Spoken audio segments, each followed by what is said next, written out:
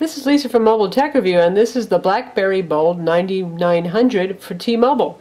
Now, last week we took a look at the BlackBerry Bold 9930 for Verizon, which is essentially the same phone, but it runs on Verizon's network instead. It's a really nice phone, definitely the best BlackBerry ever in terms of build quality and speed and features. Got the waterfall style keyboard here, really nice, large and wide, even bigger than the Bold 9000's keyboard. These are capacitive buttons under the front panel here, and we've got an optical D-pad here for those of you who absolutely hate to use touchscreens. But what's cool about this is it has a VGA 2.8-inch touchscreen. So we can just do that to maximize our applications, scroll through like so, switch between groups. Tap up here if we had any messages to see or notifications, they would show up. Tap up here to look at network status, all of that good stuff. So there it is, your touchscreen QWERTY BlackBerry for T-Mobile. Build quality is excellent. Lovely brushed aluminum metal surround over here. We've got the mute key, the volume keys. This is your convenience key right here. Here's the micro USB port, 3.5mm stereo jack, and your screen lock sleep button.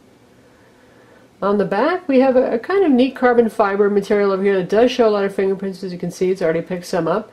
And though the phone is capable of NFC, near-field communications, it's not enabled on this phone. So far, only Sprint has signed up to enable that service. With a 5-megapixel camera on the back that takes very nice photos and video, and an LED flash as well. The phone has 8 gigs of internal storage, and you can expand that with micro SD cards. A card is not included. And to get to the card, pry the back off. Here's your battery over here, 1230 milliamps, and your micro SD card slot is right here, so you do have to pull the battery out to remove or insert a card. And the SIM card slot is underneath the battery. Speaking of the 9930, here it is on Verizon right here. You can see these phones are physically identical. It's just the cell radio insides that's different, and the logo on the front for the carrier. Both have the same carbon fiber fingerprint loving backs. Lovely metal sides. The Bold has a 1.2 gigahertz CPU. That's the fastest CPU yet on a BlackBerry. It's a single core CPU. It has 768 megs of RAM. That's more than enough RAM to run any application, multimedia tasks, all that kind of stuff. It has Wi-Fi 802.11bgn, dual band, Bluetooth, and the usual GPS. This ships with the latest version of BBM that works with the Wikitude augmented reality application, which I'll show you in a bit, and it has the latest version of social feeds here. You can see got Twitter going on, you can get Facebook,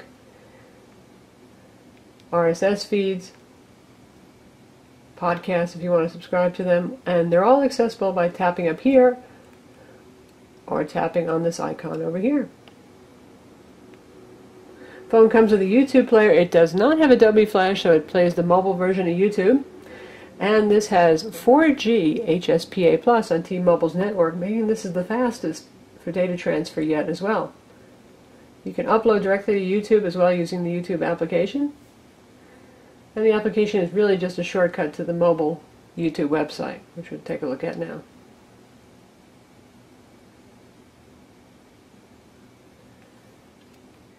And we'll look at the HD version of the X-Men First Class trailer, though this phone actually does not have an HD display, but we'll just see how it does. This is a 640 by 480 resolution display.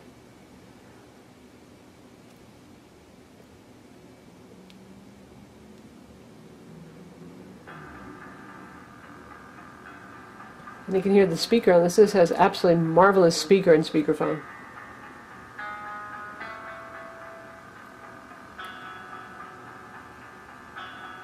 And this is over T-Mobile's HSPA Plus 4G network right now. We're not using Wi-Fi.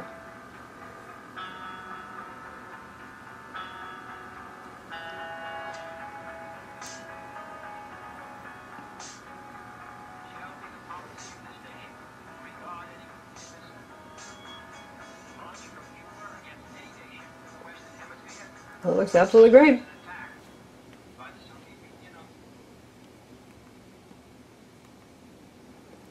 In terms of other multimedia applications on here, we have the usual selection of BlackBerry goodies, music player, photo viewer, video player, podcast, and Slacker is preloaded. And there's also the Amazon MP3 store on here. So we'll take a look at the music player, which really hasn't changed very much from the last version. Yeah, the speaker is amazing. I try my best to tell you how I feel. And again, the multimedia apps really haven't changed that much since from BlackBerry OS 6 to 7. And we'll check out the video player that's built in for locally stored video.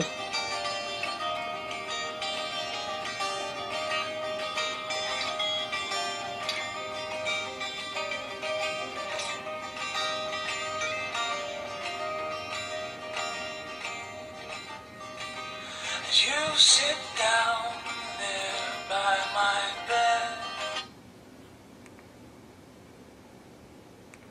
So there's a little multimedia on your BlackBerry. Comes with BlackBerry Maps, and you can download Telenav free. That is a $10 a month service if you want to use it for turn-by-turn spoken directions. Facebook and Twitter are preloaded on this as well, and you can download that Wikitude augmented reality browser that we told you about. We'll take a look at that right now. It's kind of cool and creepy at the same time. Gets your GPS fix and uses a compass, and it shows you stuff that's around you. Closest of all kind of categories, other BBM users near you, Wikipedia entries, Flickr and YouTube uploads in your area, and people have been tweeting in your area too.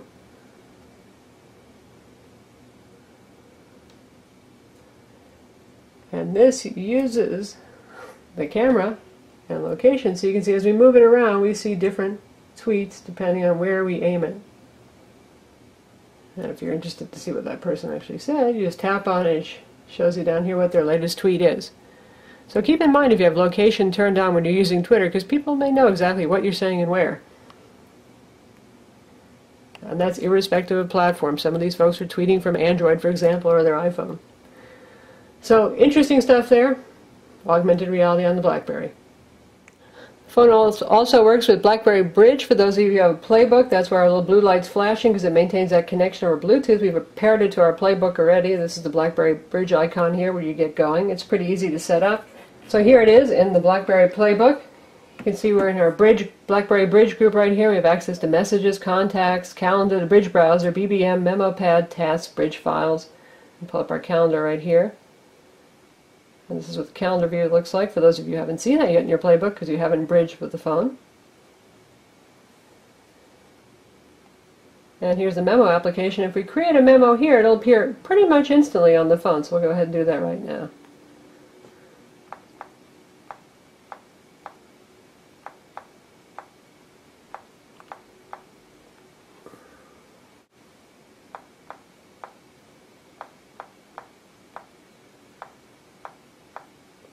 And when we save it, it'll get sent to the phone. And if we take a look here, go to the memo application, and there it is. The second memo, hi YouTube, that I just created on the phone, just like that fast. Pretty cool. Voice quality and reception on the BlackBerry Bold 9900, excellent. BlackBerry tends to have really good reception on the GSM network phones that they make, and yeah, we can tell you that this pulls in a better signal than pretty much any other T-Mobile phone that I have on my desk, and I have quite a few of them. Voice quality, full, loud and clear, really nice. Data speeds are good, but the usual holdback here with BlackBerry is, for example, the market itself is a bit slow to download apps, that kind of thing. Nothing's going to fix that except for an infrastructure change, but in terms of web page load times, it's quite good. We'll visit our website so you can see.